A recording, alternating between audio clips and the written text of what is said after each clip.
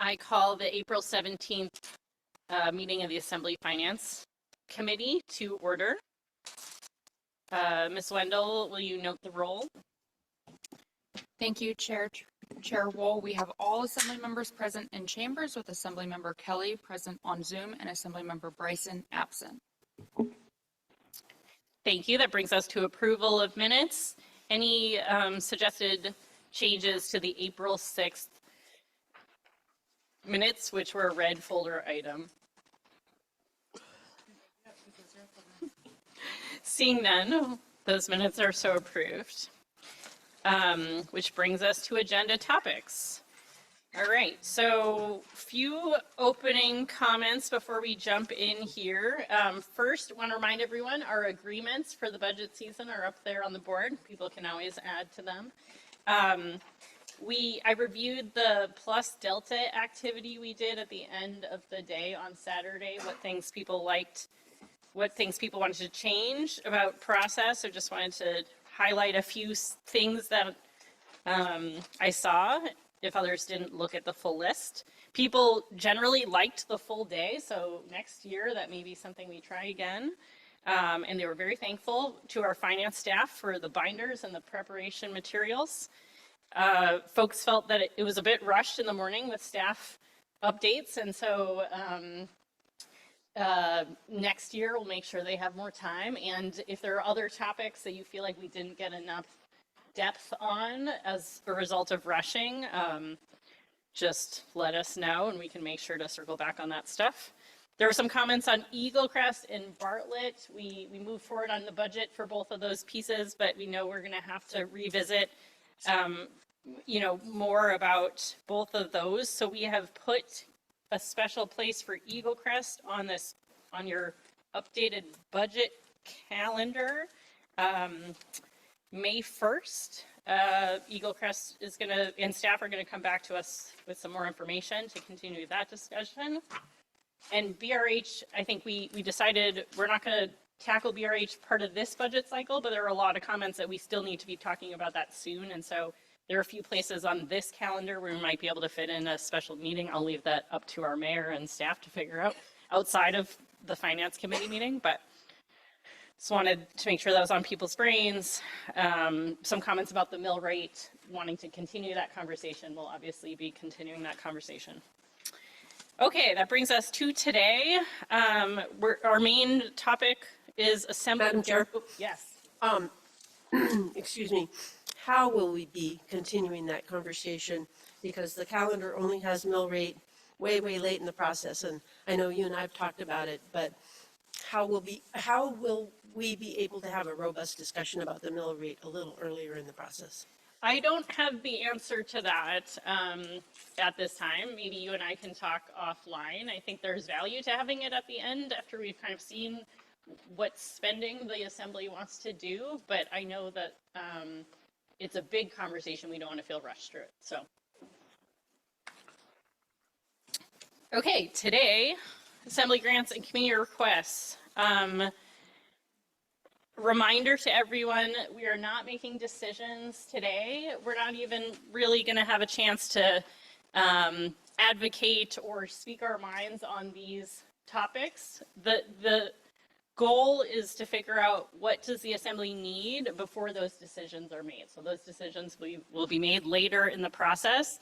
But part of this new process was to save assembly time and to save time of our community partners so that they're not spending a lot of time putting together materials and information that when they don't need to. And so we had them fill out a simple sheet.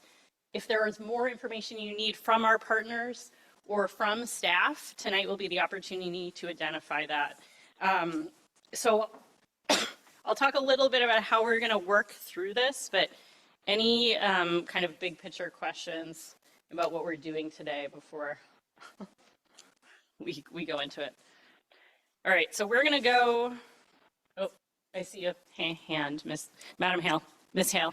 Madam Hale, I like it.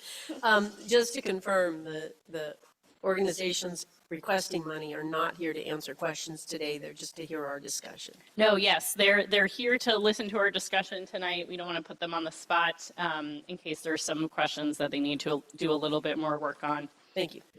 Good question. So we're going to go through this list as listed on your agenda, which is, or on in your packet, which is alphabetical order. I'm going to ask the sponsor to just introduce the request. This does not have to be a big, long pitch. You could speak a little bit to why you sponsored it and anything you want to explain to the assembly.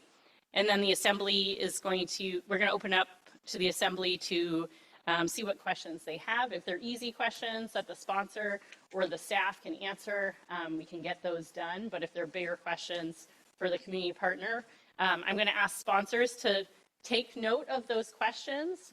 If it's a specific question you need from staff, please say so. So if you want to know something about former budget, and you need staff to answer that question, please specify.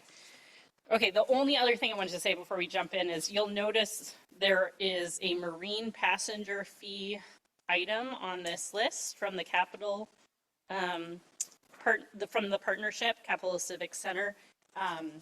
We will be making that decision with the other marine passenger fee information discussion, but we wanted to put it on our agenda tonight because it was new and the assembly hadn't had a chance to ask questions about that. Ms. Hughes-Scandies. Thank you, Madam Chair. Could you clarify, when you say it was new, how that has fit in with the rest of the planning? Because now I'm confused. Well, my understanding, and staff can correct me if I'm wrong, is that the marine passenger requests have been working their way through the assembly for quite some time. This request came in late and so has not been through that process. I don't know how late, and I'm looking to staff if they have more information. Thank you, Chair. Well, this request is a little bit of a unicorn, and I have to admit I am the person who advised the partnership that this would be a good place to put it. If you recall, there was $10 million that industry agreed in passenger fees could be reserved for the Capital Civic Center project, and that group is asking for the $4 million of that 10 million in this budget cycle. It doesn't really fit in our traditional solicitation of passenger fee projects because it's something that's already been negotiated. It also doesn't really fit in other places. So because it's a community organization, I advise them to submit this request to get it on your radar and get that conversation started.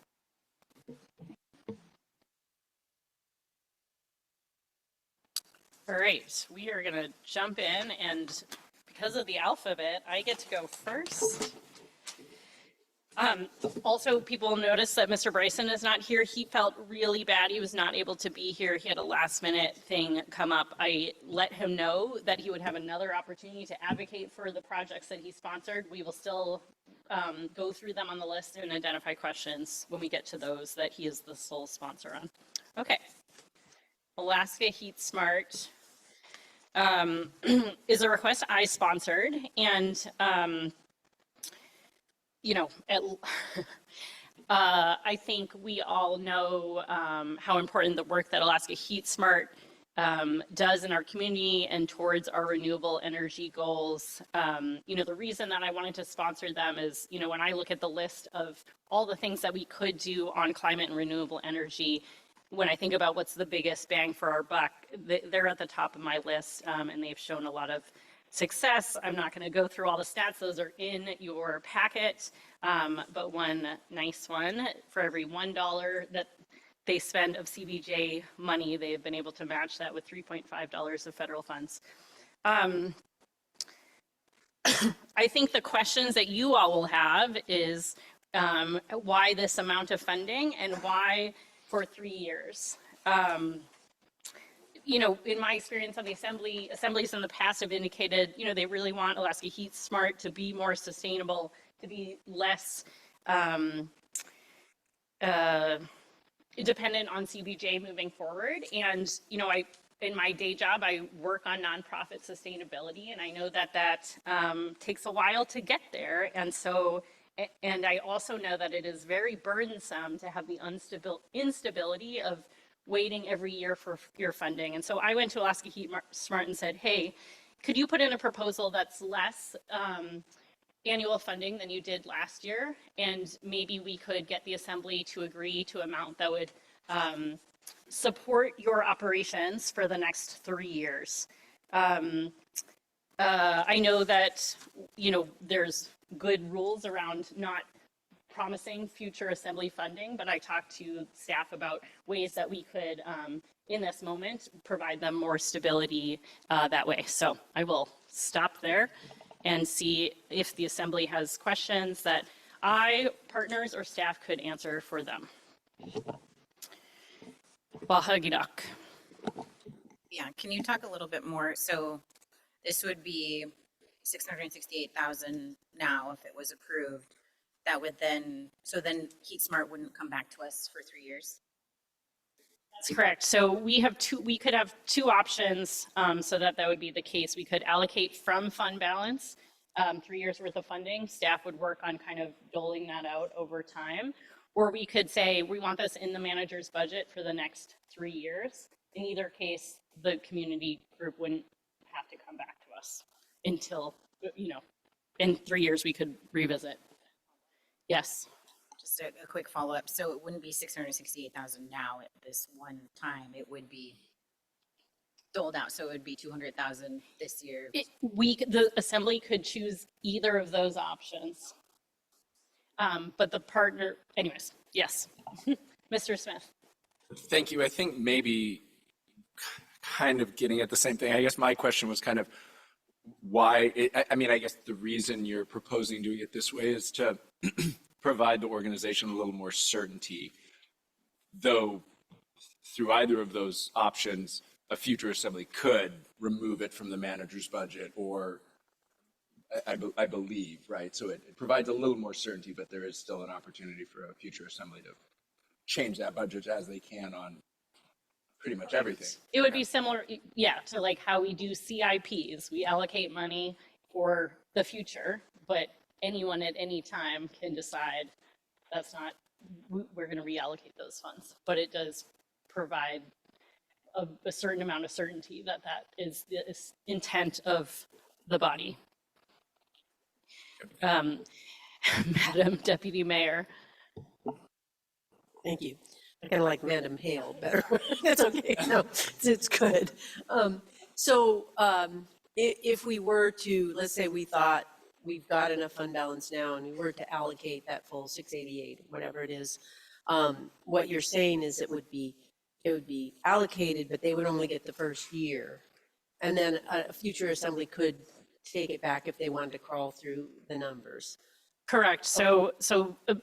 My understanding is that with some community groups, an MOA will get set up between the organization and the community and CBJ, and it could say, we're going to give you the money over this amount of time. Another question, please? Oh, sorry. Mayor Weldon. Question at a time, Ms. Hale.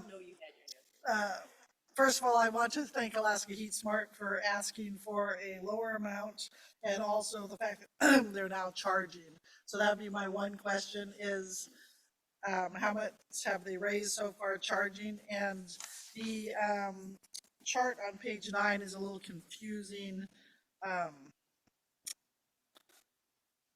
And maybe it's just because I don't know enough.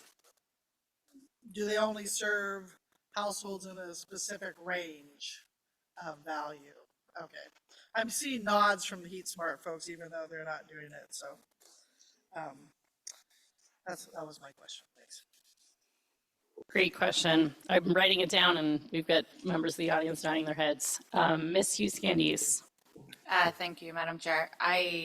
This will be a good test to this process because I'm not sure. Do I just speak it out to the room and then I'll get phone calls later? It's more sponsor information. Very much appreciate this. Appreciate the way you structured it. I think with that continued focus on sustainability, I see the numbers that they raised so far, and I see some federal grants that they applied for, but just some sort of organizational information that would be helpful of, for instance, if it's community fundraising, what is your sort of target that you aim to do every year? Or I can see the CPRG grant you applied for, but are there others there, just so I kind of know? Just helpful, but this is great. That was well done. Thanks, Ms. Hughes Candies. I think I saw Ms. Hale and then Wahagidak, and then the mayor. Thank you, Madam Chair. Do you see, Madam Chair, this 3-year, as a 3-year spread here as a substantial model for some organizations that do require ongoing funding? Thank you. I think it could be. And maybe we can talk more about that when we're at another time. Before I go off on my philosophy around nonprofit management.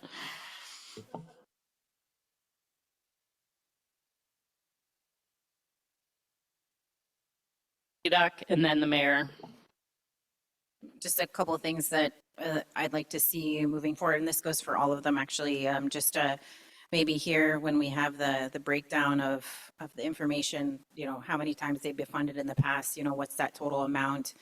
And I don't know if this is something that you can tangibly put to numbers, but it would be nice to see maybe some kind of, this hits on, 3 out of our 15 assembly goals or something along those lines, just so that I have a better understanding of that. Mayor. Thank you. I know that this program is helpful with people trying to get away from oil to reduce the greenhouse gases, but we've had to talk about electricity and capacity. And ironically, we just had a conversation with AOMP this morning, and the overall, the town is using more electricity than normal. They haven't totally gone through it all, but they believe it's the use of heat pumps. So I was wondering if there's any precedence for people trying to get out of baseboard heat. And do we need to follow up as an assembly to find a way to encourage new building to go to heat pumps instead of baseboard heating?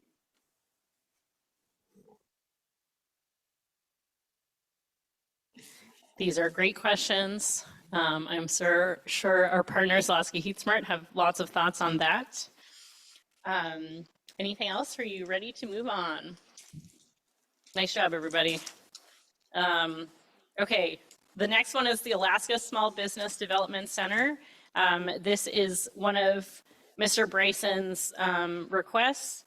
I'll ask staff, because you're taking notes, if you could just be a little bit more attentive to Mr. Bryson since he's not here to hear it. Questions that the body has on the Alaska Small Business Development Center request. Mr. Smith and then Ms. Hughes Candies.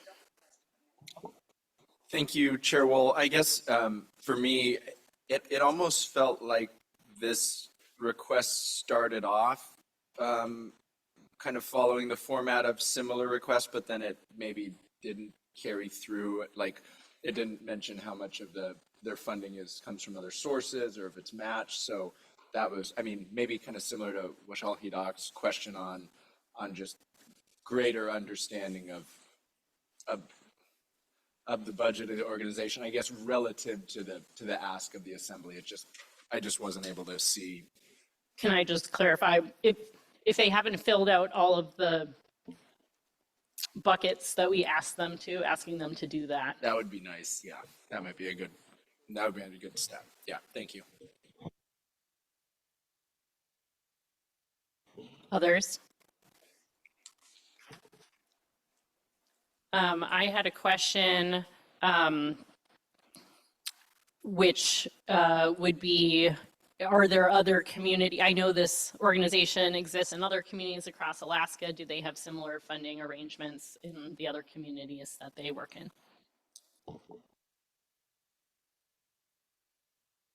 All right, moving right along, that brings us to AEYC. There are two requests here from AEYC. We'll start the one at the top of the list. I think it's actually second in your packet, for operational support for parents as teachers, and this is Ms. Atkinson. Yes, so this is operational support for parents as teachers, which is a program that supports families with kids from pregnancy to 3, and helps support parents in the process of raising and providing instructional materials and that sort of thing, either at home or in a community space. They receive funding from the state. This is similar to the Alaska Heat Smart request in that it is phrases one-time funding, but it's for over 3 years, so around $167,000 a year. Just while they are lobbying the state Department of Health to increase the funding, they're currently operating in a deficit and have been piecing together what they can with other community grants and are having trouble, and they really would like to expand into their wait list a bit. They're currently serving 150 families, I believe, and with 3-year stable funding from the city, they would be able to, increase staff training, update instructional materials, and look at increasing the numbers of families that they serve. And yeah, that's about what I have on Parents as Teachers. I see the mayor and then Ms. Hughes Candies. This is probably for the finance staff, and you can certainly bring it. It says one time, but I know we funded this program before, so it'd be interesting to see when the last time we funded it and how much we funded it to. Ms. Hughes Candies. Thank you, Madam Chair. I was confused about this in the materials, and I think you just said it out loud, but it was still lost on me. You said they're operating at a deficit, and I saw a reference to a wait list. I guess I could get this from the sponsor, but information on what they are doing when they hit capacity. Is it just first come, first serve wait list, or is it income based, or you may not know that? That would be for AEYC. Mr. Smith, first. Thank you, Chair. Well, the sponsor may have touched on it in her opening, and that was just, I was trying to square the math in that, I see a total cost at $577,000 per year, amount secured at $444,000. So is the reason it got to 500,000 is that delta over 3, is it 3 years of that delta? Yes, that's correct. Very good. And just to follow up on it, is it kind of a similar proposal to what Chair Wall had for Juneau Heat Smart, like 3 years, almost kind of a CIP again? The money could be clawed back, but that's a similar intent? Yeah, especially with looking at, staff training and if they're going to be serving more families, they were hoping for some stability over predicting as much as you can predict city funding for 3 years. Got it. Okay, thank you. Ms. Hale, then Mayor Weldon. Madam Chair, this question really applies also retroactively to the Heat Smart question, which is, we know that sometimes organizations will ask for money and then they'll come up short in the next year or two, and then they come back and ask for more money.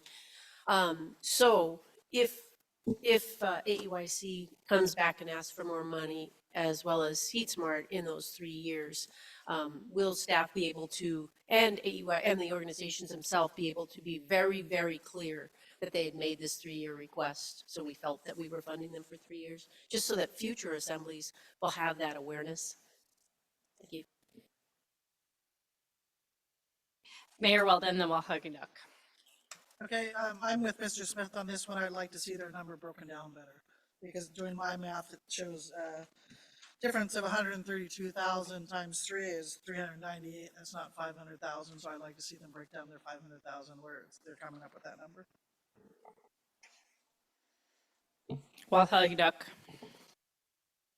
Yeah, and just because what I'm hearing is this 500,000 for 3 years. if it can just reflect similar to Heat Smart on here. I think some folks already said that, but just so I can say it again, so it's clear in my mind that it says the same thing, that it says one time for 3 years, just like Alaska Heat Smart says. A table of requests. All right, not seeing any more questions on that. We'll move down to the next AUIC ask on this list, land purchase for AUIC Family Center. Mr. Smith. Thank you, Chair Wall. I submitted this request at the request of AUIC. The $4 million would allow the purchase of land for a family center out located near the kind of the Hunsinger Pond area near the airport.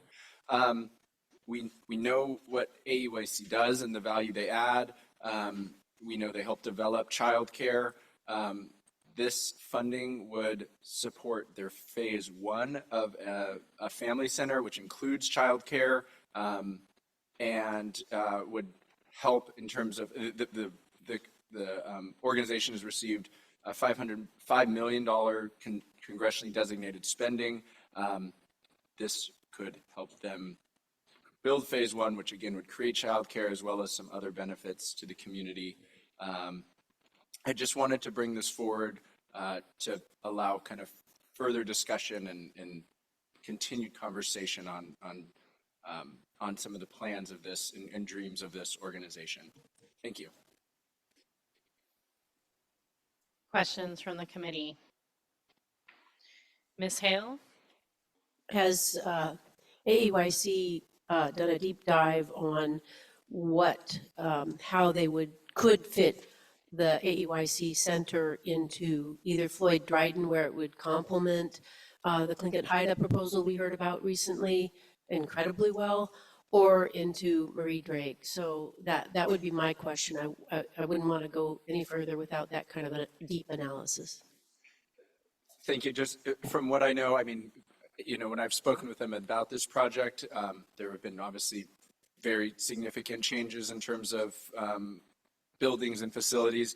It is their desire to have a purpose-built facility, as probably many organizations desire.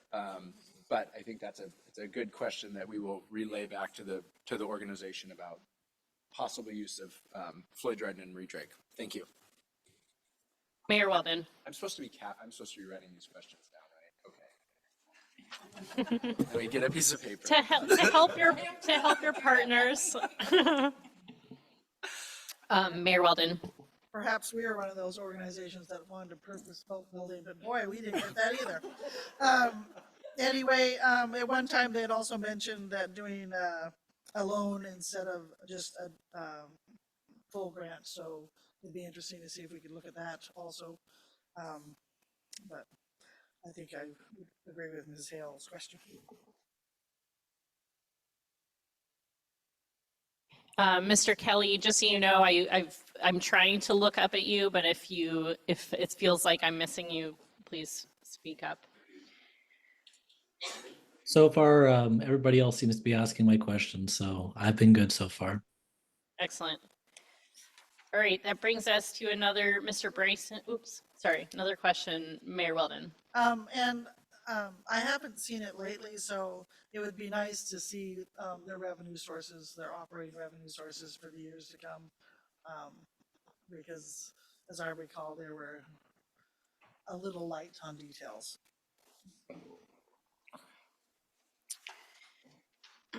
All right, it brings us to another Mr. Bryson's sponsorship, which is the Downtown Business Association Operational Support and Main Street America Accreditation. What questions does the committee have about this ask?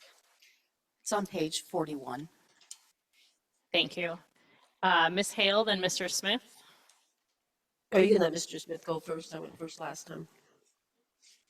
Okay, I'm scrambling to try to find my question. I think my question would just be to get, unless it's shown in here, what the kind of historical support for the Downtown Business Association has been. That would be helpful for me, and what is currently in the manager's budget. Ms. Flick? Thank you, Ms. Wall.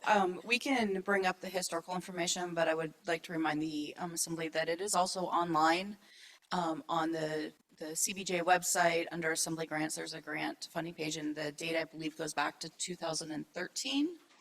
But we can bring up any specific ones that Nope, you need as well. And it would show assembly grants to the Downtown Business Association in its, Yes, it's entirety broken there. out by year and the organization that received funding. great. Ms. Hale, then Walhagida. Thank you, and before I jump into my question, can you send us that link so we know exactly where to go? That would be great. I'm on the bottom of page 42 under plans in progress, and it does not feel like they're talking about plans. I don't see any plans or progress in that paragraph. So perhaps we could, I know at the beginning, they talked a little bit about the downtown lighting program, which I love. I don't remember exactly what it's called. It's really wonderful. But is this sort of reads like a project-based grant request, but it also reads like a recurring funding request, so I'm not quite sure what it is. So if we could have more clarity, that would be helpful. Walhagida and then Mayor Weldon. I think my question was similar to Ms. Hale's in that the total cost breakdown for the amount requested. And I know that it shows up in our recurring funding line item here, but the amount requested, when I see Light Up Juneau, in my mind, I think lighting repairs. But that's a one-time funding thing in my mind, not a recurring thing. So just a little bit more information as to what exactly would require if it is a recurring funding request, what would be included in that? Mayor Weldon. Thank you. Hagadoc asked my question. Any other questions on the DBA request? All right, that brings us to Gastineau Human Services, Low Income Housing Development and Construction. This is a Mr. Bryson request, though it is also something we're going to be discussing later in our agenda because we've been asked to do a vote of intent around funding this tonight.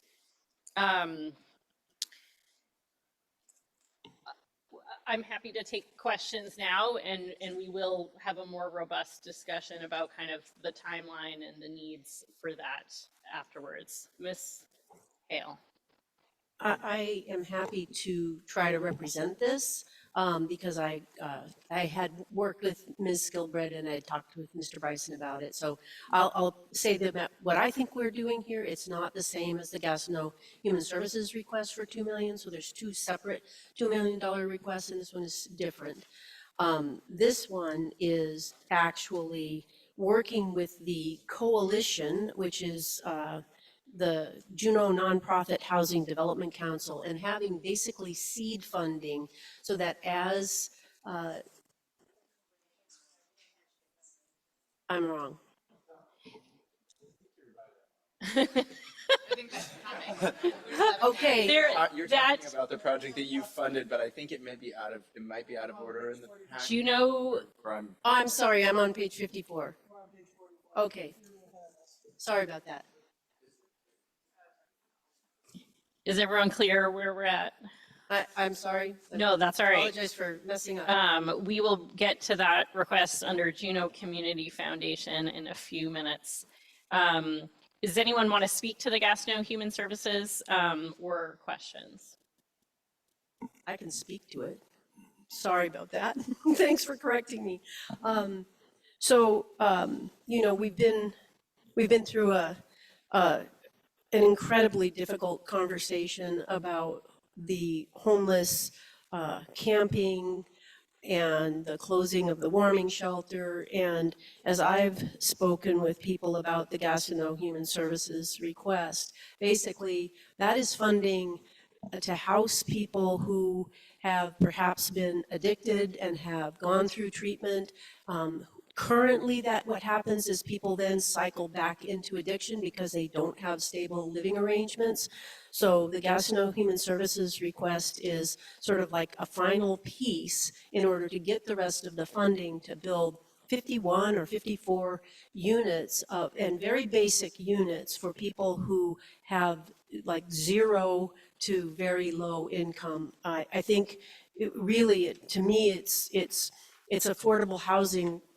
It's really affordable housing for people who desperately need the affordable housing. Thank you, Ms. Hale, for speaking to that in Mr. Bryson's absence. I'm going to maybe suggest that we hold questions on this one because we do have a decision in front of us tonight around this. And so maybe it makes sense to cover our questions at that time in case there are questions that folks need answers to tonight, unless Ms. Hughes-Gandius. Thank you, Madam Chair. I can hold my questions until then. I think packet-wise, because there are those two, and I understand why you got confused there. I have, when things are out of order in mind, which I think for all of us, and so I have this, looking at page 44, and I have this letter from them. Some of the other ones have the cover sheets. Is that in this packet or no? A cover sheet was not submitted for Okay. that. Good Just wanna question, make sure. but that's why it's not in there. It's not missing. All right, so we will hold that until after we've gone through this list so that we can have a more robust discussion on that item.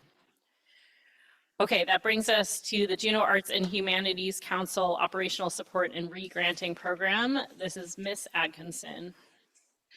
Thank you, Chair Wall. Yeah, so this is increase of, I believe it's 218,000 from their previous funding years for Juneau Arts and Humanities Council. A lot of it is in response to inflation for some of the grants, but it's also an increase double for their admin and operations, which partly is to do with costs increasing for their existing programs and also with the intent to, in the current state of the Juneau School District, sort of fill a vacuum for arts here in Juneau and arts education. The specifics on what they'll be doing with that are being worked out with community partners right now. At this point in time, there aren't a lot of specifics. It's just sort of where we ended up in the funding process and in their working with partners process. But that is the breakdown of it. And they have expressed a willingness to do an MOU with the city for a certain number of years before we reevaluate the amount. Since it's currently listed as reoccurring, we haven't moved forward on anything like that yet, but they are open to it as well. Atkinson, questions for the Jack? Mr. Smith.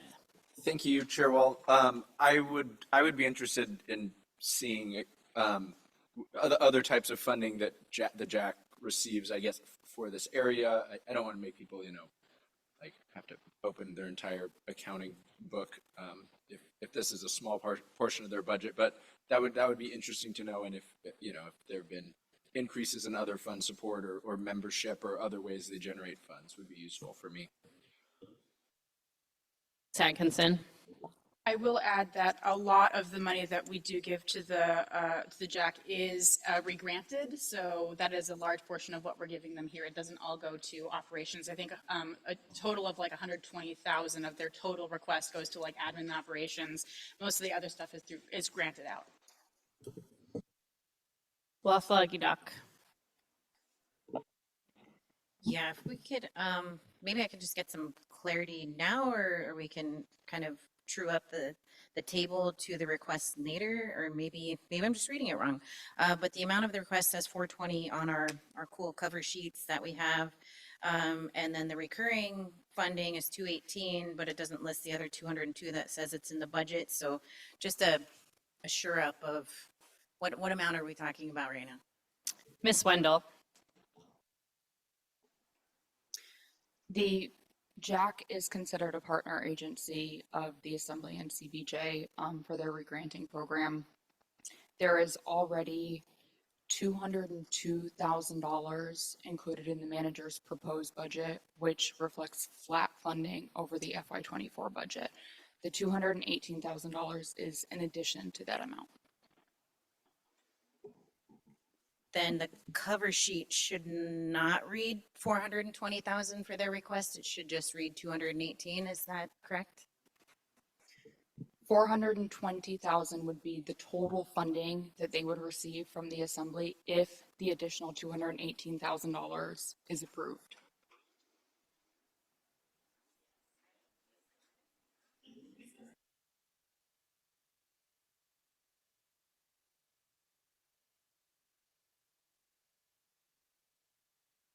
The answer to that question we are getting is yes. And so that we can make that change so it's clear as we move forward, because I think the rest of our requests are in that format.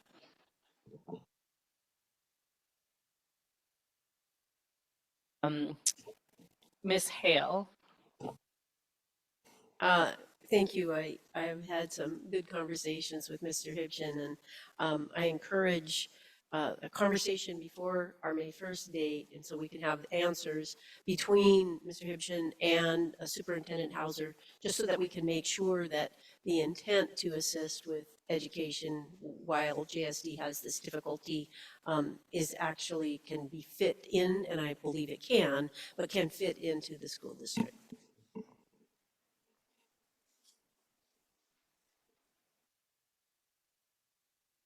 Mayor Weldon. And along with Ms. Hale's question, it would be wise in the school district coming to us for this fund request. But my question was the re-granting, I'm a little concerned with that. That's more than doubled. And so I'm wondering where that re-granting is going and why are they coming to General Arts and Humanity instead of coming to us? A clarifying question, you mean what organizations are they funding through that program? That's what you're looking for? Okay.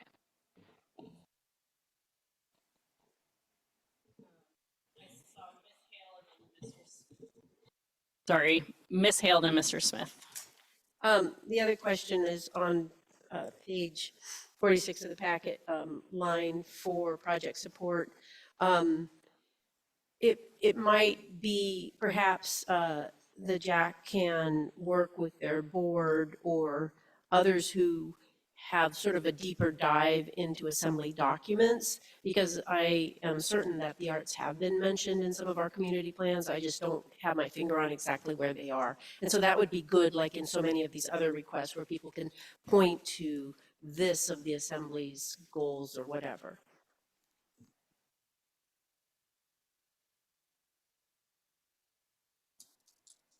Did I miss somebody? Is that everyone, Mr. Smith? Thank you, Chair Wall. I guess I was looking at the request includes, $60,000 for JAC admin and operations. I wanted to, we know inflation has been a thing. I was just kind of curious to know how much of that increase was due to just cover costs. It does look like there's some proposals for, new, at least what, anyway, they're listed, and I just don't know if those are new activities or if it's to cover existing activities and the cost of those existing activities. So a little more clarity would be helpful for me there. Thank you. Atkinson? Thank you. I don't know the exact breakdown on the funding for that. I know it is for both as it's been expressed to me, but I can figure out exactly what that breakdown is for you.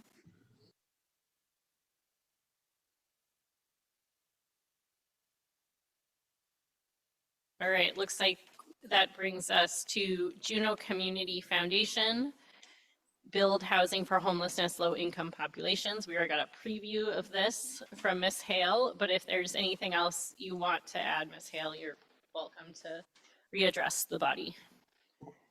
I think I pretty much have it. So it's really to be used as seed money as potential projects come up, as our nonprofit sectors dealing with homelessness and housing people have opportunities, even matching funds for grants, that sort of thing. So it's not the big projects. They'll come back to us for the big project funding, but it's to be more nimble. Ms. Hughes Candies? then Mr. Smith. There is, pardon me, there's, I would look to the project folks for this. I think there is good information about who's participating, and there's a bit in there about how things would move forward, but I think a little bit more about that. I'm thinking about the Housing and Homelessness Coalition. Everybody's working on the same mission, and even so, sometimes there's tension between partners and disagreement about how to handle things. So kind of how those decisions would be made, because sometimes two different organizations are working on two different projects, and just how that money would be handled. More plans, I guess. Mr. Smith, then Mayor Weldon. Thank you, Chair Wall. I guess I just wanted to confirm that this request is being asked just, and that these, types of uses of funds just haven't fit into the affordable housing fund process or types of funds, that it's hence why it's being asked in this way and not from the affordable housing fund. But just to confirm that, I have a strong suspicion. So thank you. Ms. Hale, are you gonna? If I may, and I think the proposal talks about this, the fact that this is the kind of housing that really can only be developed by nonprofits. So for-profit developers, typically our affordable housing fund is for profit or, smaller things, I guess, but, okay, I'll stop. Mayor Weldon.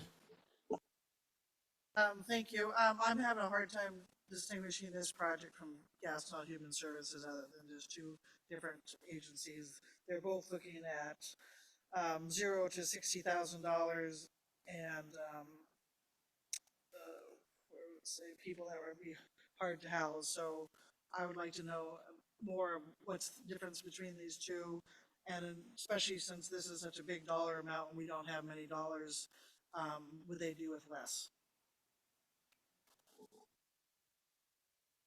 I'm going to go ahead and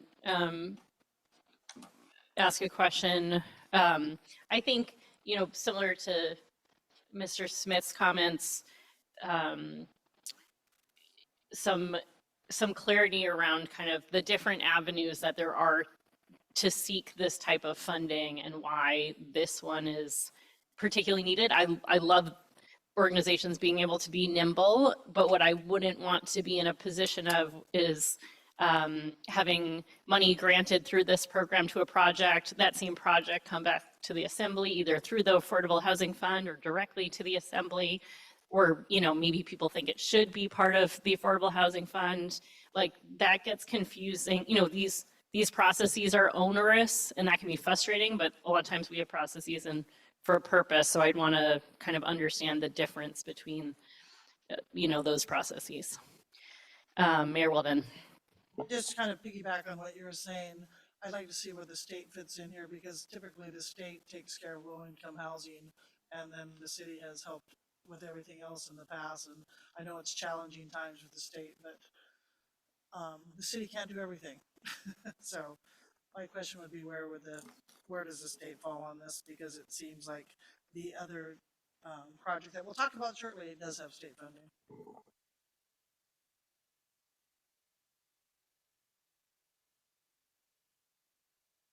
Okay, that brings us to JEDC.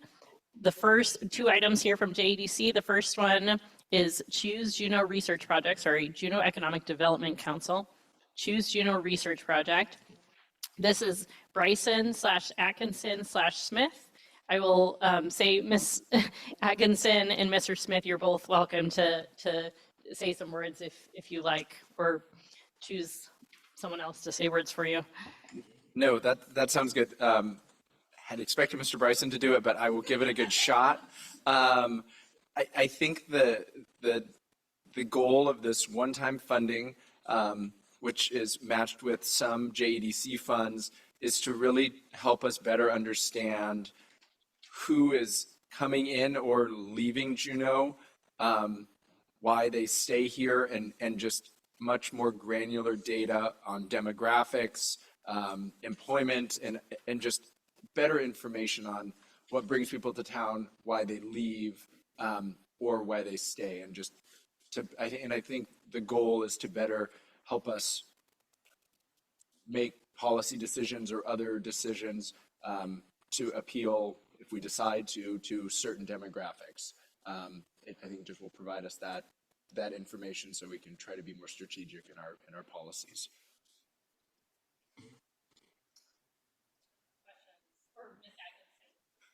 Atkinson, anything to add? I think you did a great job. Thank you. Ms. Hale? This is kind of getting in the weeds, but they reference a Choose Juneau page, and then when I'm reading the Travel Juneau, information about Travel Juneau, they also have pages, you know, emphasizing choosing Juneau, and I just wonder, we could maybe find out what kind of collaboration goes into that. Great question. I'm going to ask one here. You know, just curious if there is a scaled back option for this. I'm not suggesting that there is, but if you know, I would love to say if we spent less money, what would we miss out on for this particular project? Because it's interesting, but that price tag is you know, maybe high for me. But any Ms. Hale? The other thought I had was, is it possible to collaborate with the university on a research project like this? I could just imagine some great graduate students being into something like this.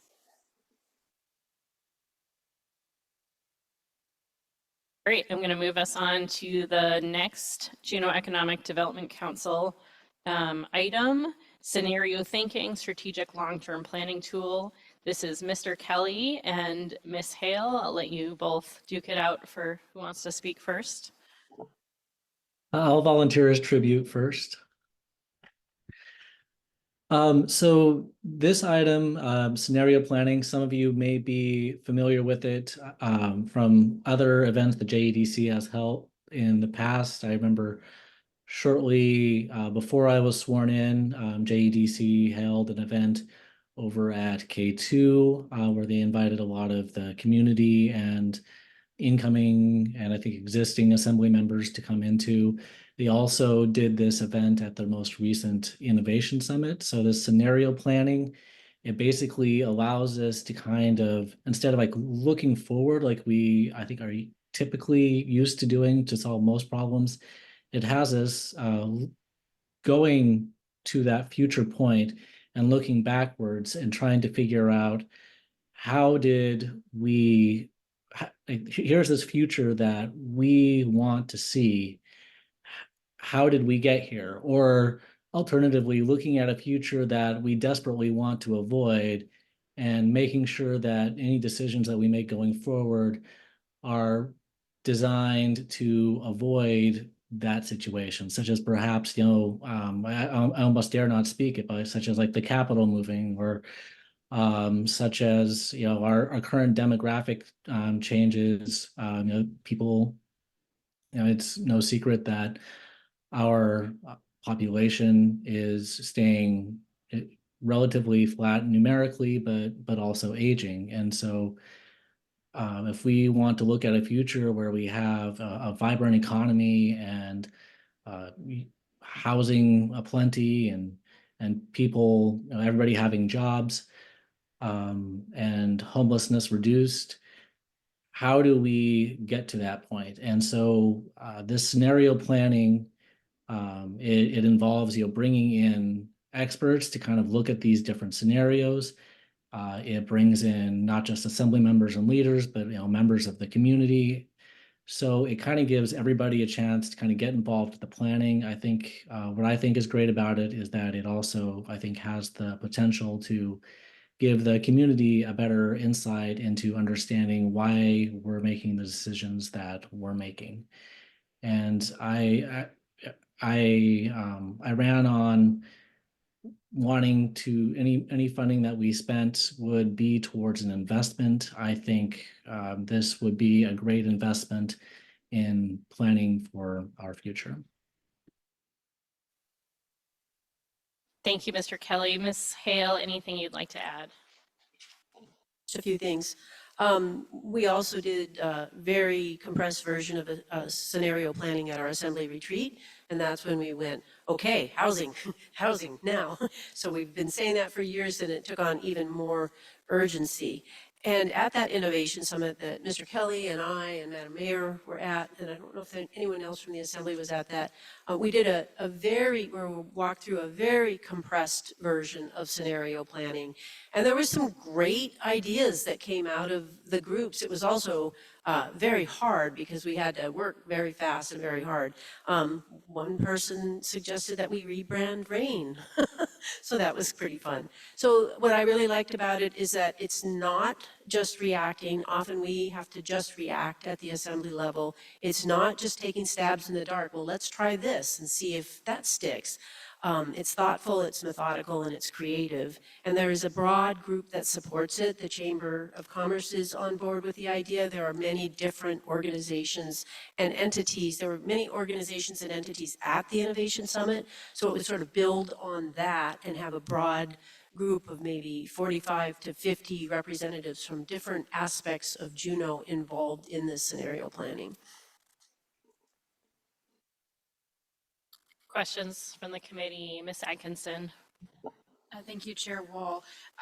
On their request here and the total cost, it talks a little bit about different funding levels and the more funding they get, you know, sort of the details that they can get into with these scenario developments. And I'd be really interested to see, like, you know, what the difference would be on different funding levels. How in-depth will this be versus how in-depth would it be if they had less for this grant amount? Would like to see high-level breakdown on that. Mayor Weldon?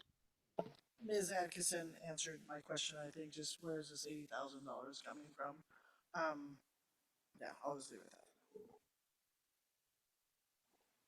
that. Other questions? I'll ask one or two. I'm definitely interested on that. You mentioned the chamber being on board. If there are other partners who are, I think this work is important and takes all the right people to be in the room to make happen. And so who do you hope will be there and who do you know will be there would be helpful.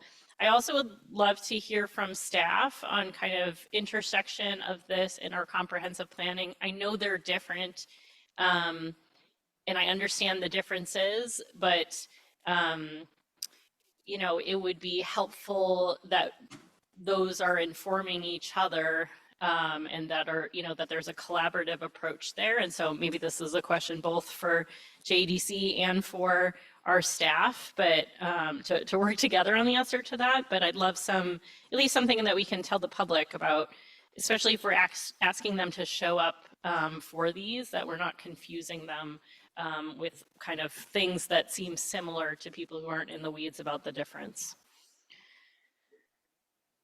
Ms. Hale.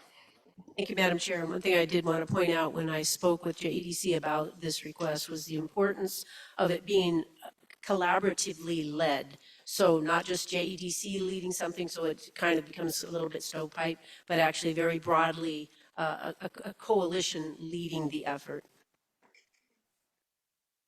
Thanks for that. All right, we are an hour in. My suggestion is we get through the last four here before a break. Is that okay with folks? All right, Juneau Mountain Bike Alliance, Mr. Smith.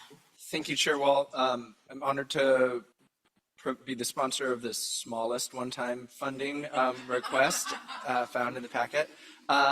It's a $70,000 project that would add a phase 2 for a new trail at the mountain bike park located in the in kind of the residential neighborhood under Thunder Mountain. There's currently 3 other trails. The Alliance has received a grant for some of the project. They're currently going after more grants. They're also planning on using their funds and other funds from members to see this one through. This is a growing activity in our community. These are robust trails that can last for years and years. And it is getting to a point now where we're actually getting visitation from other places to come and ride trails in Juneau. And so again, for a small amount of money that is matched pretty well, that is the request of the Alliance. Thank you. Questions on the Juneau Mountain Bike Alliance request? Wafflagi Duck. Kind of have a two-parter. They're related, I promise. I just was wondering if this is CBJ owned trail system, and this is a nonprofit that is taking care of our trail system. Is that what's happening? Trying to figure that out.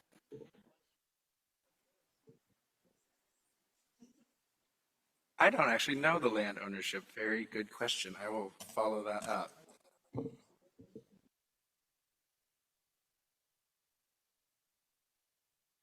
Ms. Hale. Thank you.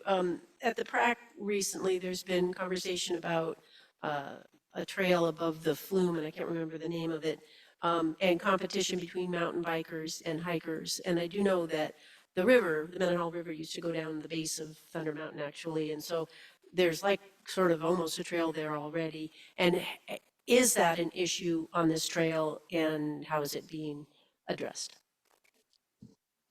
Good question. Mayor Weldon. She can answer it. There is an Under Thunder Trail, but these are not the same. They you get on the Under Thunder Trail, and then there's 3 different trails that go up past that, and they're exclusively for mountain bikes.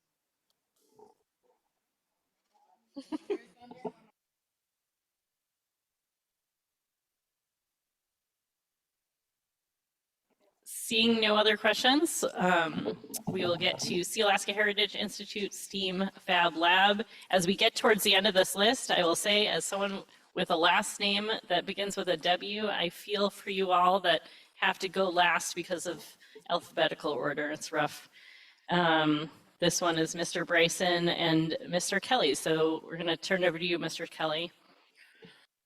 Sure. I found myself scrambling to prepare for this one. I wasn't anticipating carrying this, but I think I'm happy to.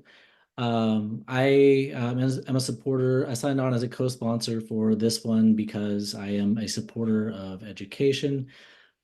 This would be a facility that would it would have a commercial teaching kitchen with a focus on native foods. It would have a STEAM lab, which for if anybody needs clarification on acronyms, science, technology, engineering, arts, and math. So kind of a lab focused on all of those, a digital lab, and a recording studio. I feel like with this gives us an opportunity to support our indigenous community. The kitchen will have a focus on native foods, and so I think any opportunity we have to help people, especially as they're growing up in the formidable years. I'm also thinking of my own stepchildren who are both Tlingit, and giving them kind of some more a chance to build their identity. This will also be downtown. It's open. It's my understanding, and somebody can correct me if I'm wrong. But it's my understanding that this will be something that's open, and being downtown be an opportunity for visitors to also get an example of some of our indigenous culture here in Juneau. And so those are some of the reasons I'm supporting it. I can try to answer any questions. Thank you, Mr. Kelly. I see Mayor Weldon. My only concern with this is it's a one-time request because I believe we gave it last year also. And I want to say tune of 320, 360,000. So is this truly a one-time request would be my question. I can't really answer exactly that.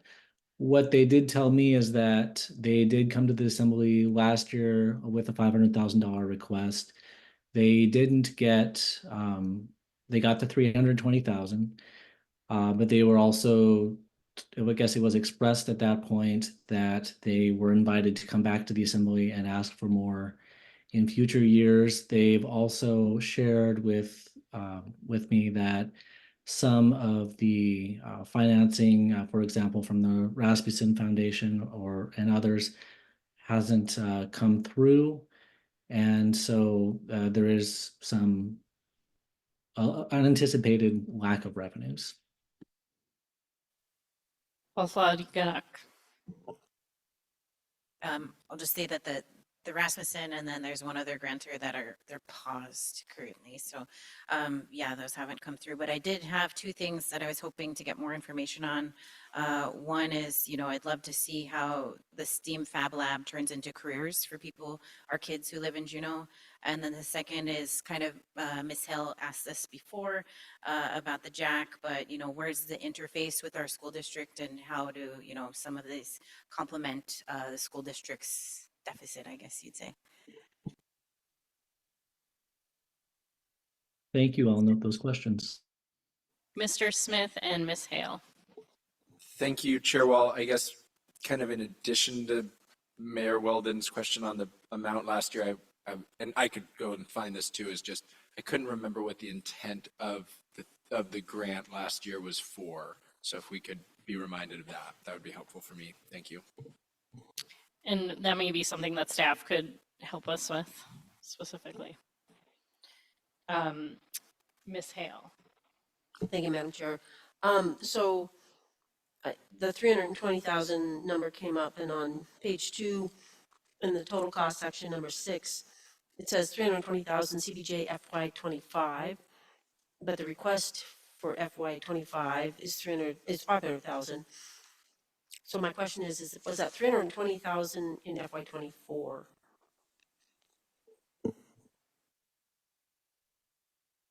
I believe that to be the case, but I don't know if our staff can answer that or we can Yeah, provide clarity. Go ahead. Chair Wolf, the 320,000 was granted in FY24. We can have Mr. Bryson and Mr. Kelly confirm with the group, but I assume that on page 2 of 2 that's likely a typo. FY24 would be correct as opposed to 25. Mayor Weldon. And since Sealaska Heritage is the nonprofit arm of Sealaska Corporation, I'd like to know how much they're giving to this project.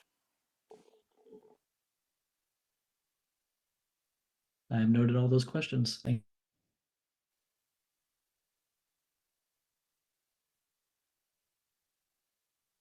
I'm probably pressing on and off too much here.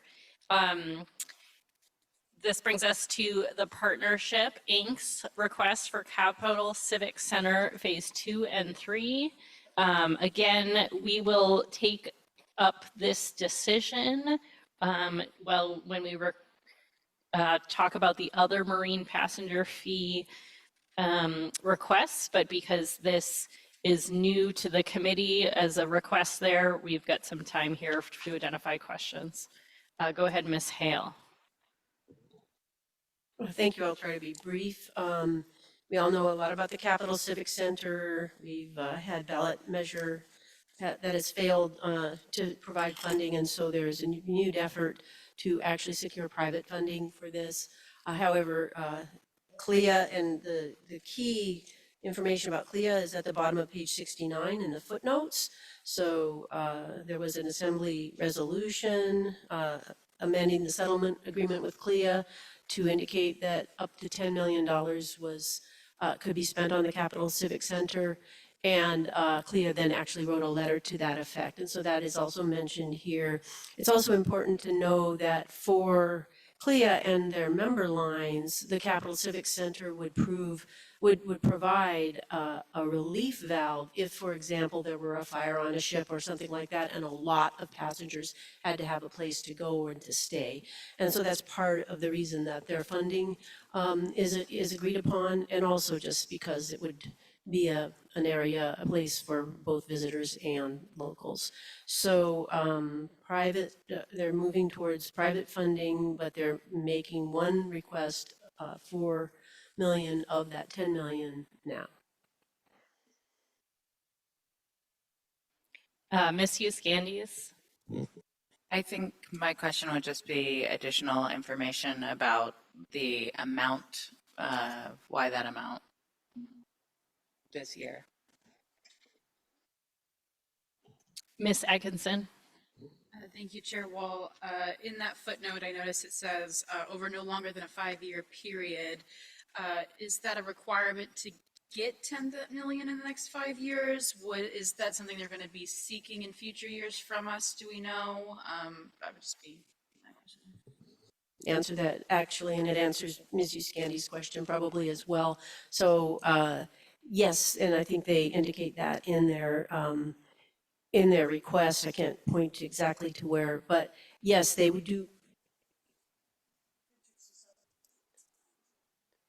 Page 67, yeah. Is this a request for a one-time event purchase or grant mission? So they do intend to request the full $6 million, to bring it up to 10 million. And that is the reason why this request is coming now, is it's to move on that because there is that 5-year limit.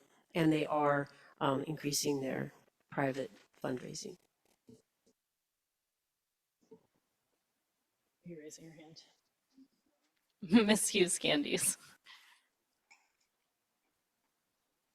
I can follow off with staff offline on this as well, but my interpretation of the settlement and the CLIA's clarification of their interpretation of the settlement language, it still doesn't explain to me what if it was 2 million this year, the structuring of the amount. So that's what my question is, not that they're starting the process, but why are they structuring it this way? I'll ask that question. I've got a question for staff too that you all may be able to answer now or can come back to me.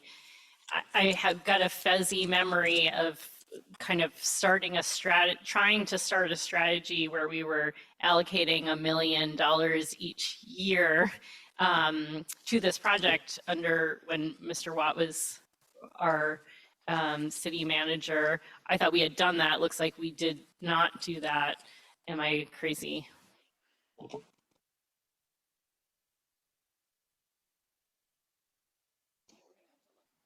Well, my fuzzy memory recalls 1 million being allocated in years prior, but obviously we're going to need to actually look at some paperwork and confirm that.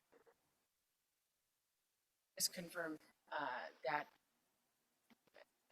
my fuzzy memory also indicates that that's 1 million set aside, not necessarily the authorization to spend that 1 million on the project, kind of being two different things.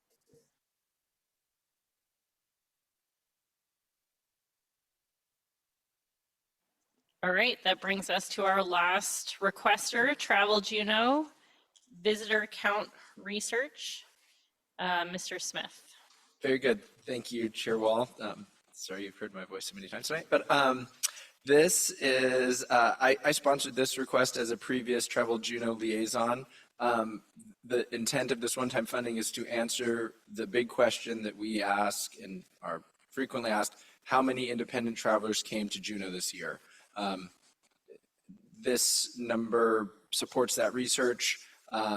They see this as kind of in addition to their standard operations, and hence their request for $110,000 for the assembly for this research. Thank you, Mr. Smith. Questions from the committee? Ms. Hughes-Gandies. Thank you, Madam Chair. I think just it's a similar theme for other organizations, but how this fits into the organization's overall budget. We see Travel Juneau reports frequently to us, since they're one of our partners, how our normal investment fits into their overall budget, but how this project fits into their fund balance, or why it doesn't come from their fund balance. And then this information is likely useful to many Travel Juno partners. So maybe why CBJ funding this versus getting it from another entity. Ms. Hale. Thank you.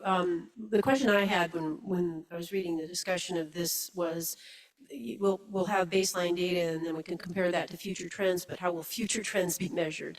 So if we have baseline data, how are we going to know something's changed in 5 years without funding another study? So. Good question, Ms. Hale. I've got a question. I know there are metrics that Travel Juno is tracking that we've asked them to track. It's been a while since I've looked at that and been a liaison, but I'm definitely curious about kind of the proxy. This is definitely, the most accurate way to figure out how many visitors are coming, but I know there's been kind of proxy measures used over time to get a general sense of how many visitors here, whether that's hotel capacity or kind of what are the things that Travel Juno has tracked in the past to look at this, just kind of an understanding of what those are, recognizing that this gives us more accurate data.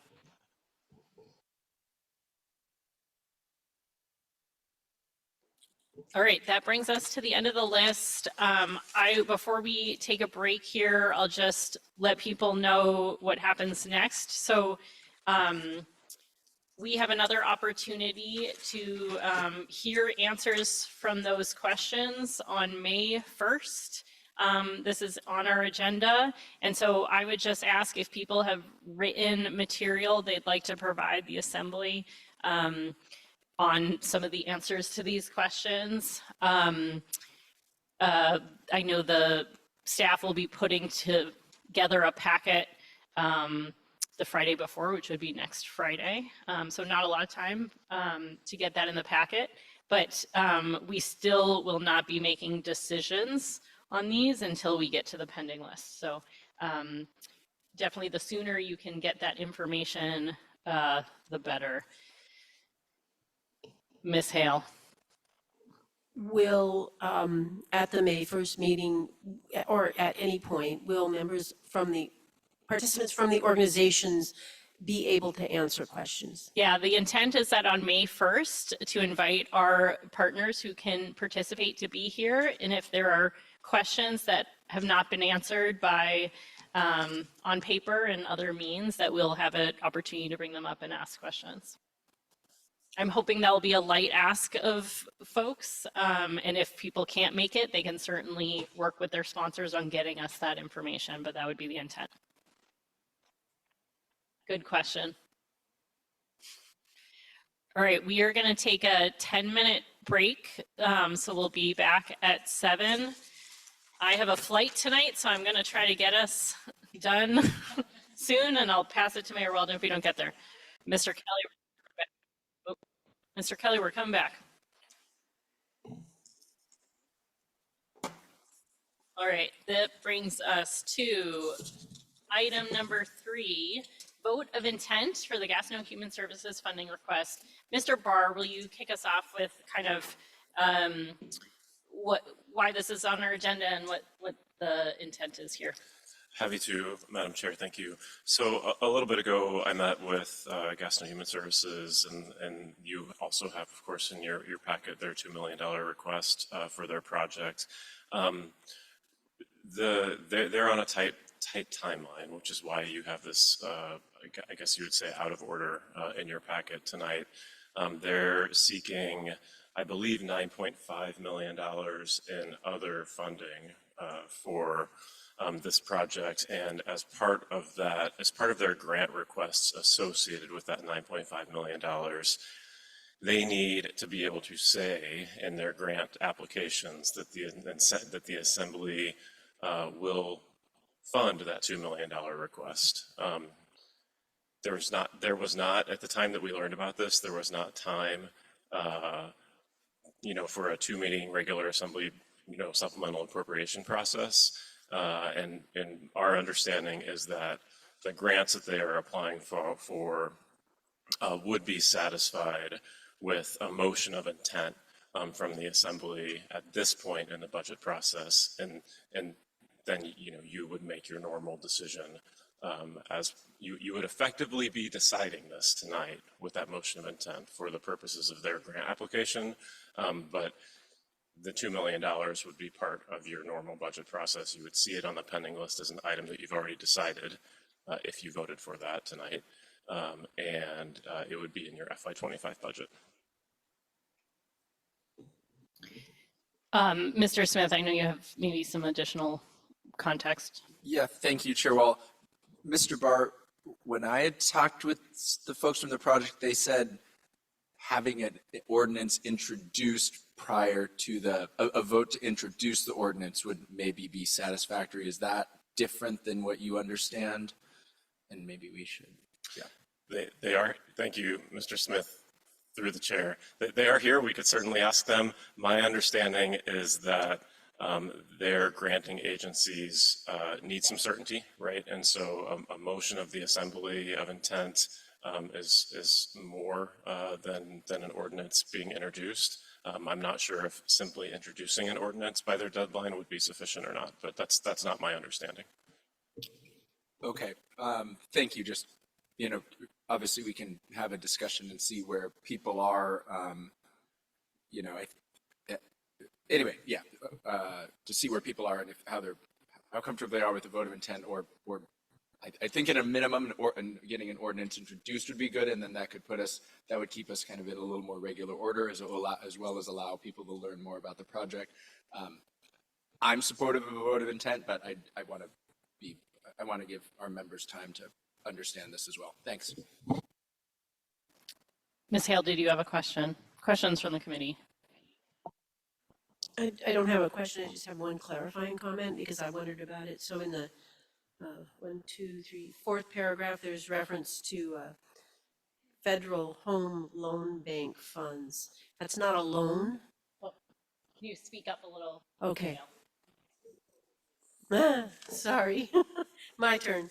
Okay, in the 4th paragraph down, there's reference to a federal home loan bank funds. And I thought, oh, they have to borrow money from this federal loan home bank. And it's not a loan. It's this strange situation where this federal home loan bank in Kansas or something, they're required to grant money for just this purpose. So it would be an additional grant funding. I just wanted to clarify that. Other questions from the committee? Mayor Weldon. So I'm not totally familiar with Gaston Human Services, so I know they operate the halfway house, if I'm not mistaken, but have they ever dealt with this population whatsoever? Would you like us to invite folks up to answer that question? Is it Mr. Swinton? Is that? Thank you for being here.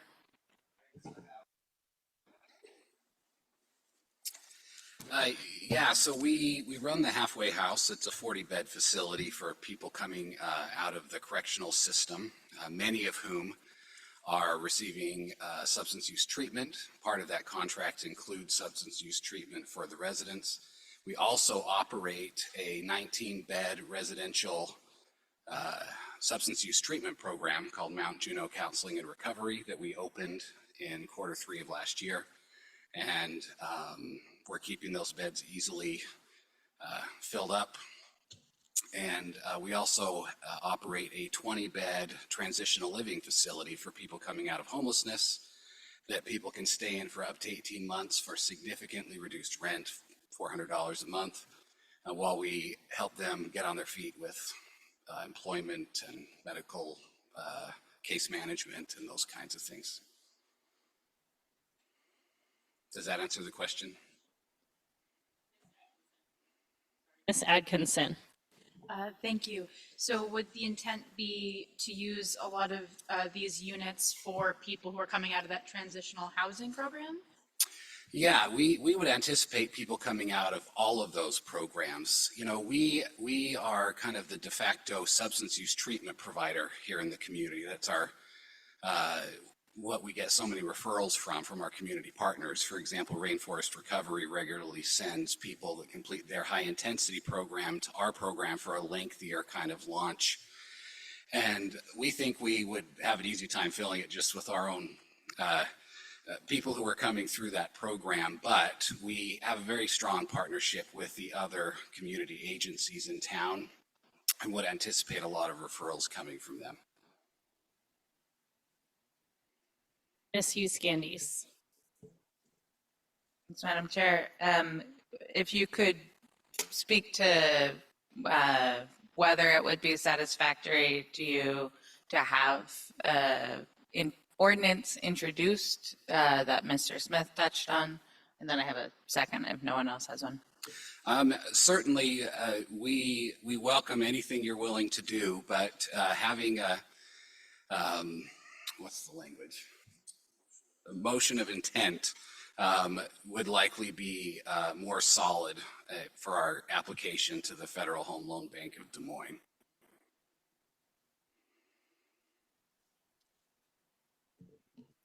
Mayor Weldon, then Ms. Hughes Candies. I can keep asking questions. So you have 51 units. I'm struggling with this because it seems like we're looking at 3 projects that all are doing the same thing. Housing First just got all their funding. Thank you very much, Ms. Lovishek, for Housing First Phase 3. That will give us 32, I believe. 28. Okay, thank you. So there's 28 there, and Ms. Gilbert is also talking about doing $2 million for trying to do some of this stuff too. So it seems like seems to be doing all the same purpose, because Housing First is what housing. Can you try and explain why you're different than the other ones? Because this is big money and we don't have much fund balance. Absolutely, and it's a great question. A couple of things. This is different because it's focused primarily on those in recovery. A large percentage of, really the majority of people coming out of any of our 3 programs are in recovery, and they often end up living somewhere that they lived before and slip back into their old challenges. It's taking us an average of 9 months to get somebody housing. And many of those coming through our programs, at present, they don't have anywhere to go. And so I'd like to reframe this, that I think this is a great example of how all of us community partners are really working hard to come up with some really impactful solutions. I know that Housing First is having no challenges keeping their units filled. We anticipate being able to do more than this in the future. And the need exceeds what it is that we're trying to do. But our focus area is on a slightly different demographic, in that it's for those in recovery and those in the very low income category, which means they're making less than 50% of the median income, which is about $42,000 a year. Anything you'd add?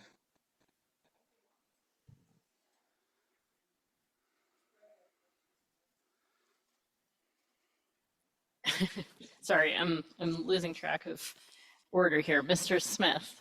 Thank you, Chair Wall. Mr. Swinton, thank you for being here and for proposing this.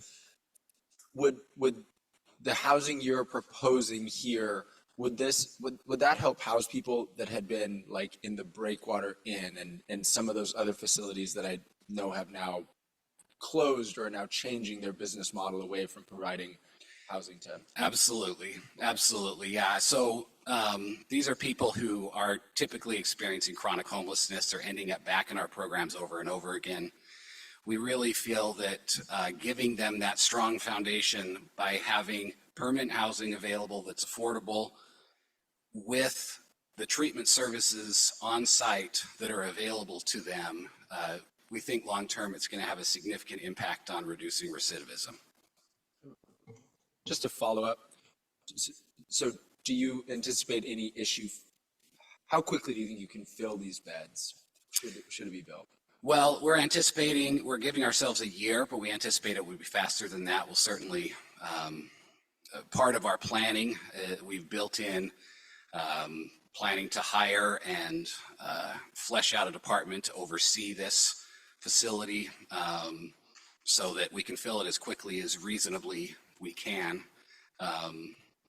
So I would guess 6 months, but we're giving ourselves 12 months. But the demand is there, I'll call it. Absolutely. Very good, thank you. If we had the money, we'd build one 3 times this size. I have to run to the airport, so I'm going to pass the gavel to Mayor Weldon. I'm going to sign in online so I can try to listen. So I'll try to join you here in a few minutes. In that, while I pass, Ms. Hughes-Candies was next. Ms. Hughes-Candies. Thank you, Madam Mayor. Is Federal Home Loan Bank the funder that this application is for, the grantor? Yeah, that's the most timely one. Our application is, we have to submit it to the bank next week. And so that's for the first $3 million from, or the $3 million from them that this is so timely for. But this $2 million would also support the other grants that we're applying for, which are significantly strengthened by community support such as this. Okay. Well, hold it up. Yeah, I know that there's been studies for this type of transitional housing. Do you have a number off the top of your head on success rates for setting up something like this? That's a good question. I don't. I'm happy to look into that if that would be helpful to provide. But I do feel that we have definitely the expertise to help these people succeed as well as anybody in Southeast does. Ms. Atkinson. Thank you, Madam Mayor. I know this might be a little early to predict this, but running a facility like this, staffing it, do you anticipate you'll be able to keep up with operational costs afterwards, or would that be something you'd be looking for support from the city from in the future? That's a great question. We don't anticipate city support being needed for it in the future. We've already worked through some pretty detailed pro formas and anticipate pulling at least a net profit annually running the program. And that's with offering on-site case management services and property management services. And so we feel very confident that this will be able to support itself. Mr. Kelly and then Mr. Smith. Thank you. I actually just wanted to follow up to your answer to Mr. Smith's last question. You anticipated that you would be finished within 6 months to a year. Would that be 6 months to a year from what point? I guess would be my question. Thank you. Yeah, so we anticipate starting construction, we're estimating for May of next year. And anticipate it will likely take between 12 and 15 months to construct the facility. After that, then it will be opened and, will hopefully be filled up within 6 to 12 months following that. Thank you. Mr. Smith. Thank you, Mayor Weldon. Mr. Swinton, how long would is there like a length of time, like what would be the maximum time someone may stay in these facilities? Or sure, I guess I'm trying to say, should we be thinking of, these are additional housing units in our community. It's not just someone's in for 2 weeks and then leaving. Should we be, anyway, the length of time? So this would be additional long-term housing.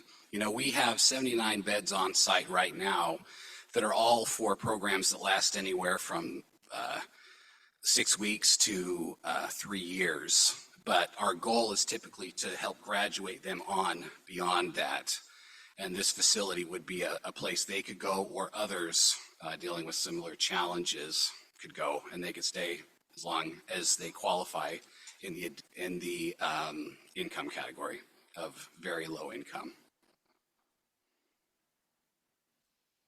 Okay, Mr. Swinton, your last statement just gave me pause. So you'd say as long as they qualify. So what incentive do they have to go get a better job and change housing? Well, as with any program that's designed to help people get out from underneath a challenging situation, there are resources that are provided to help somebody. And These units are designed for individuals, they're studios, and so if somebody wanted to grow to more space, there would be an incentive there. We certainly would, with the on-site case management, be able to help them in seeking education or other occupational opportunities if they wanted to save to buy a home or some other alternative. But I think having this available for them, as long as they need it, there will be more than enough need. Oh, look away and no hands. Ms. Hughes, Candies, Wahalgadock, and Mr. Kelly. Thank you, Madam Mayor. Just one final question. And I will say that you will always need low-income housing, super low-income housing in any city. And some people will never move out of it, and that's okay. You mentioned this is the time contingent grant application. Could you just let me know how many other funding sources you're braiding in there? You don't have to go into the details of them, but. Absolutely. So, we're asking from the Federal Home Loan Bank of Des Moines, which is a federal program. They're just the bank assigned to the state of Alaska to manage that program. Funding from Alaska Housing Finance Corporation. We've already requested funds for congressional funding designations through the Rasmussen Foundation, the Alaska Mental Health Trust Authority, and some very small support from the Juneau Community Foundation that's helped fund us getting this off the ground for the first couple of months. Wahalgadock. Yeah, just wondering about this, I'm trying to remember the federal loan, the program that you're applying for. Yeah. How long have you known about it? And just wondering because, what brought the urgency? If you've known for a while, then how come this didn't come to us before? I'm happy to answer that, but Maria would like to answer that if that's okay.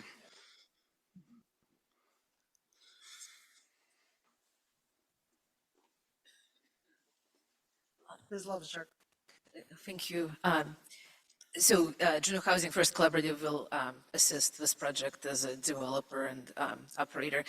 But the reason why this is coming to you now is because we thought that we were not going to get $2 million of congressionally designated appropriation from Senator Murkowski for Phase 3 of Housing First. And so we were panicking and we were trying to find a plan B for $2 million to get our project on the ground because it was supposed to start in April. And so we shook every tree and we identified this federal home loan bank source. Actually, Rasmussen Foundation suggested that we apply for this round because this round is the biggest round that particular grantor has granted before. And we were like 3 weeks in to our grant application, the Housing First grant application, and then we heard from Senator Murkowski and our congressionally designated appropriation came through. But we already had a grant writer lined up. We already had all of this process. And so because we've been working with the Juneau Economic Development Council and really trying to solve this crisis of homelessness by lining up a project each year, we just really thought that Gatineau Human Services, who has the land, who has the capacity, should really not let this $3 million go to waste. And so the community of providers and nonprofit development council members really got together, and we got our grant writer to work on their project instead. We got our architect to help with their project.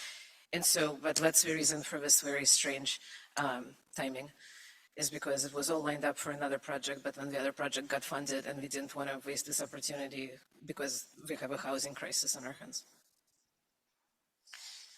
Okay, Wahalgadock.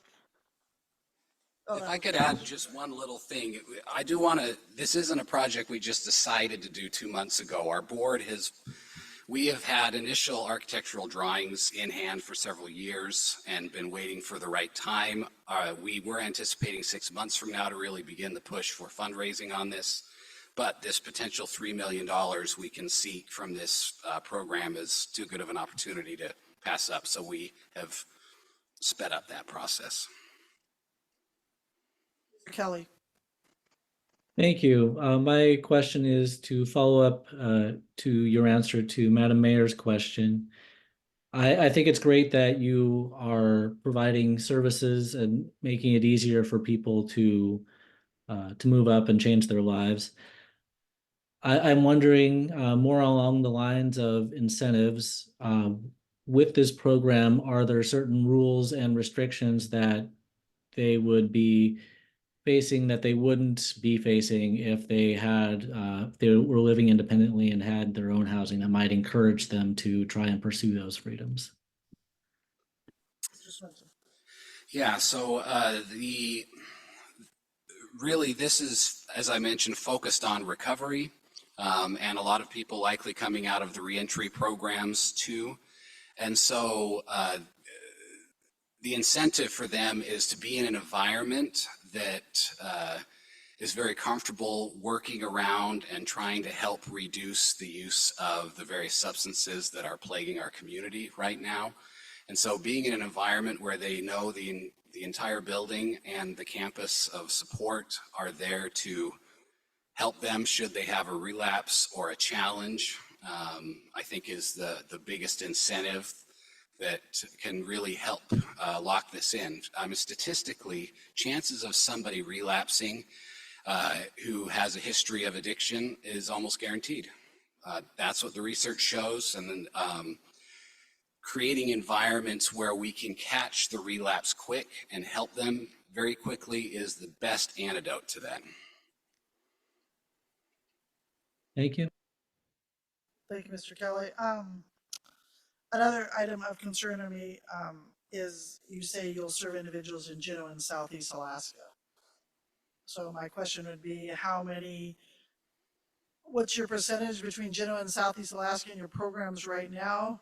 And have you asked any of the other towns for money? It's a great question. The short answer is no, we have not asked any of the other towns for money. The reason I mentioned Southeast Alaska, our halfway house program, which is likely to have some people who may end up in this program, we're the only halfway house in Southeast Alaska that the state contracts with. And so we do have a small percentage of our clientele there who do end up in some remote areas like Hoonah or some other communities. And we do currently provide additional counseling support for them when they move back to those communities. But right now our effort is to help people get back to the communities where they want to be. So our goal wouldn't be necessarily to bring more people from those areas so much as it would be that if there are people coming through a program here that need somewhere to stay, we want that to be available.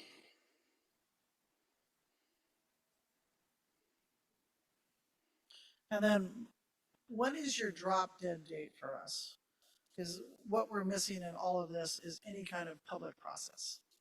And so Totally fair, and I'm really grateful you're having these conversations. $2 million without asking the public what they think about that. And I'm not comfortable with that at all. So when's your drop dead date? Our drop dead date is the 27th of this month. Is when we have to have the application in for the Federal Home Loan Bank. Okay, and I'm assuming, looking at staff, we have no meetings between now and the 27th. No cows, no. Madam, I believe that is correct, Madam Mayor. Your next meeting is the full assembly meeting on April 29. Okay. All right. Go, Mr. Smith. if I may, I think I have a plan. We've heard from Mr. Swinton that introducing an ordinance, which would be introduced on the 29th, would be a positive step. It sounds like a vote of intent would be better. But may I utilize number 3 of our agreement and take a 2-minute at ease? 2-minute at ease. Very good, thank you.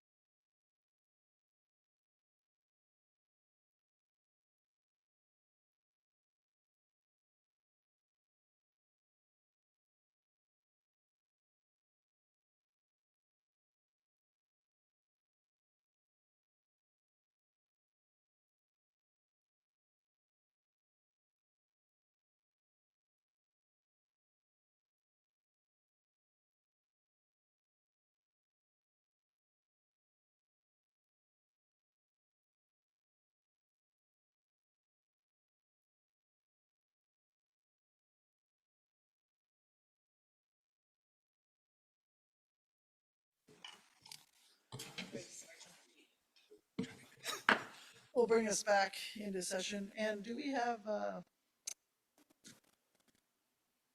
Ms. Ms. Wall Wall. back Oh.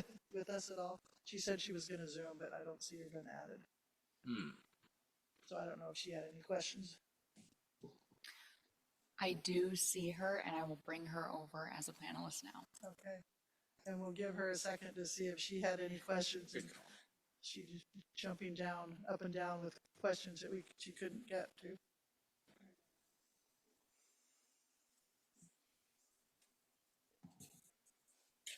There she is. Ms. Wall, did you have any questions? We apologize. We kind of forgot about you. No worries. I've been listening in, but I don't have any questions. Thank you. Mr. Smith? Very good. Thank you, Madam Mayor. I have an idea on maybe a way that can hopefully provide the maximum level of support that this body is willing to do at this time, with hopefully without failing a vote, which I think may be not helpful. So my plan is to make a motion that would introduce an ordinance to fund this Gastineau Human Service Corp project for $2 million using fund balance, and also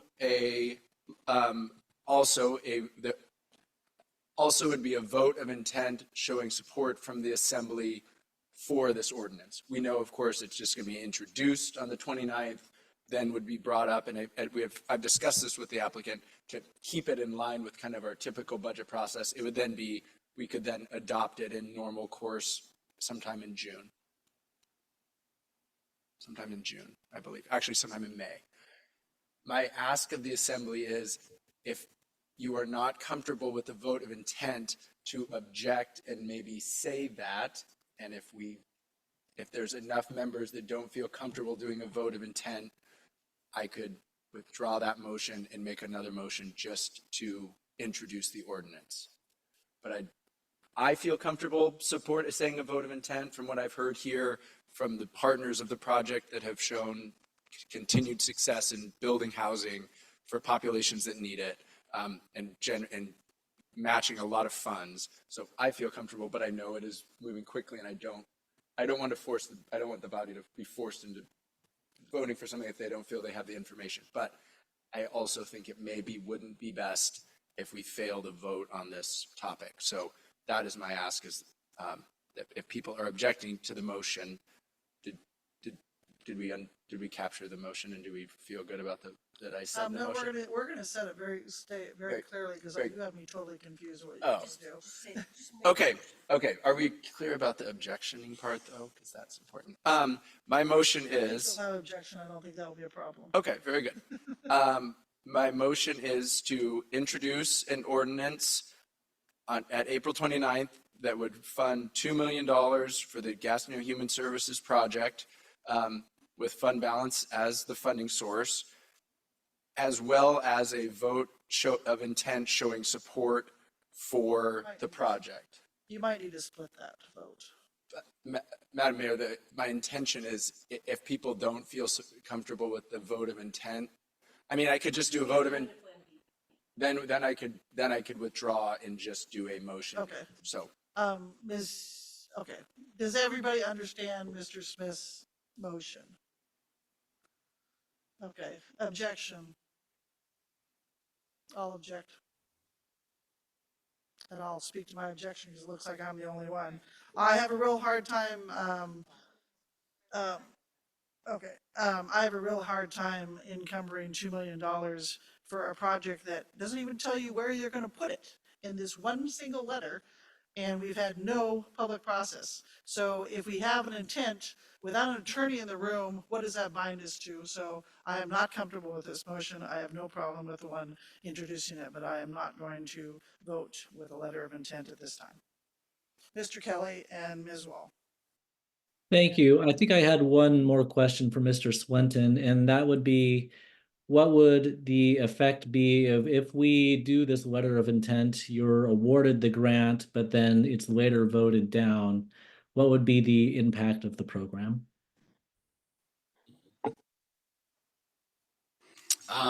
Well, it would impact our application that we're applying for in the fall for our $3 million from the state of Alaska, from Alaska Housing and Finance Corporation, because this funding would also support that. And so withdrawal of those funds, we would have to work hard to find alternative funding sources, but it certainly makes it more complicated. And I do want to add, we did submit more than just that one page. I'm not sure why it didn't get into the packet. We submitted the architectural drawings, an addendum, and a financial breakdown of all the places we're getting the funding sources from, and the letter or the form from the city. I withdraw my objection. Thank you. Okay, Ms. Wall. I'll object just for the reasons Mr. Smith outlined, that I would support him withdrawing his motion and moving forward with the introduction for the reasons the mayor spoke to. Hoganock. Yeah, this is a really tough decision, and it's interesting to know that there was more attached, because it's really hard to make a decision on one piece of paper, especially for $2 million and without a public process. If this was coming before us, it should have had all of that other goodness with it. If anyone wants it, but I support this project because I understand what it does for our community and what it does for those who are trying to heal past addiction, and I understand that importance, especially bringing 51, units to Juneau for low-income housing. That makes sense to me. I guess in real time, I'll be in support of this motion, but otherwise would not be, just based on the fact that for reasons that Madam Mayor just stated. Ms. Atkinson. Thank you, Madam Mayor. Mr. Swinton, if you have a motion here to introduce an ordinance on April 29th. Are you objecting for purposes of I'm objecting question? for purposes of question, Madam Mayor. If you have a motion here to introduce an ordinance on April 29th, or for this, would that satisfy your application that way? Even if it's not actually introduced, if this motion is here and it will that be enough? I don't think that alone will be enough. Thank you. I withdraw my objection. Ms. Wall. Oops, sorry, my hand's still up from before. Ms. Hughes Candies. Thanks, Madam Mayor. I will object just for a purpose of a real quick comment, which is that I thought, how can we make a decision on this? How did it come to us in this form? Why do we only have one letter in the packet?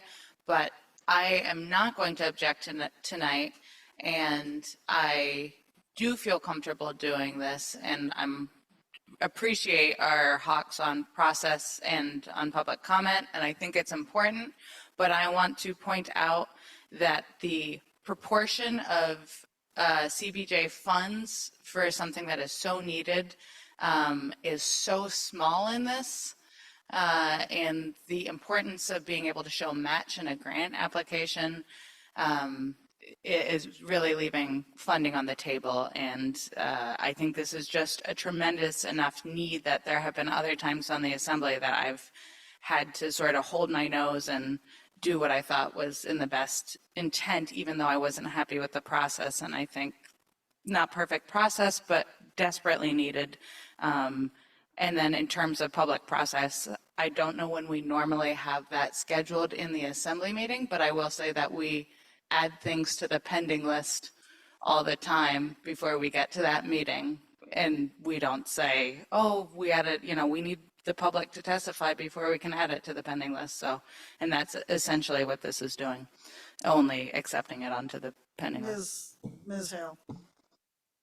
Thank you. I'm not exactly sure what we're doing here in terms of process, but I think I have to object in order to say something. So I'll object in order to say something.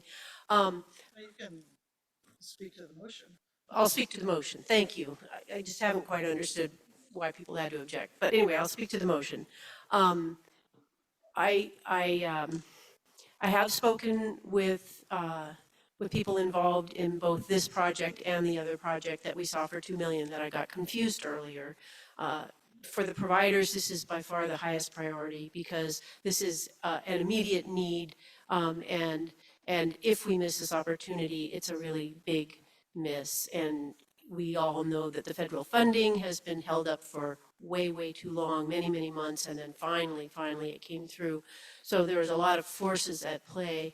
I completely respect Madam Mayor's concern. However, I will say that we are introducing, Mr. Smith's motion introduces the ordinance on April 29th, and we could vote it down. That could happen. So indicating our intent now, I don't, I'm not a lawyer either, but because we're indicating intent, that doesn't mean it won't be voted down. So we are still preserving our options, and we are still preserving the rights of the public to comment. So I am in support of the motion and including the intent language.